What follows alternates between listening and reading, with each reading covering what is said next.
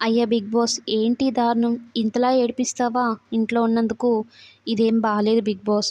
చూస్తున్న మాకే కన్నీళ్ళు పడిపోయాయి. ప్రతి ఒక్కరికి కొన్ని ఎమోషన్స్ అని ఉంటాయి కదా, అందులో పేరెంట్స్తో లింక్ పెడితే ఎలా ఉంటుంది.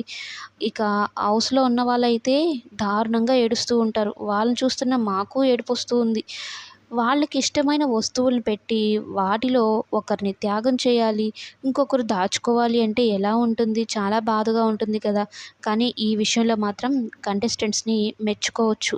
మామూలుగా టాస్క్‌లో వాటిలో కొట్టుకొని చచ్చిపోతూ ఉంటారు కానీ, ఇలాంటి ఎమోషనల్ గేమ్స్‌లో మాత్రం ఒకరికొకరు బాగా అర్థం చేసుకున్నారు. సపోర్ట్ ఇచ్చుకున్నారు. నేను స్ట్రాంగ్‌గా ఉన్నాను, నువ్వు తీసుకో అంటూ వాళ్ళకి నచ్చిన వస్తువులను కూడా త్యాగం చేయడానికి సిద్ధపడిపోయారు.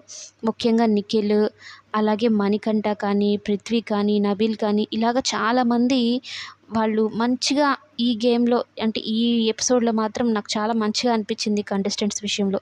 ముఖ్యంగా సీత ఎంత ఏడుస్తుందో. అంటే ఒక్కొక్కరికి వాళ్ళ రిలేషన్స్ బ్రేక్ అయ్యి, ఆ రిలేషన్స్‌లో ఉన్న గుర్తులు, జ్ఞాపకాలు దూరమైతే ఎంత పెయిన్ అనుభవిస్తారో, ఆ పెయిన్ వాళ్ళు మాటల్లోనే అర్థమైంది. ఇక అదంతా పక్కన పెడితే, ఇక మణికంఠ తన చేతివాటం చూపిచ్చాడు. చూపిచ్చి బిగ్ బాస్‌కి చూసావా బిగ్ బాస్ నేనేం చేశాను అన్నట్టు ఒక లుక్ ఇచ్చి వెళ్తాడు. మొత్తానికైతే ఫైనల్‌గా జరిగింది ఇది.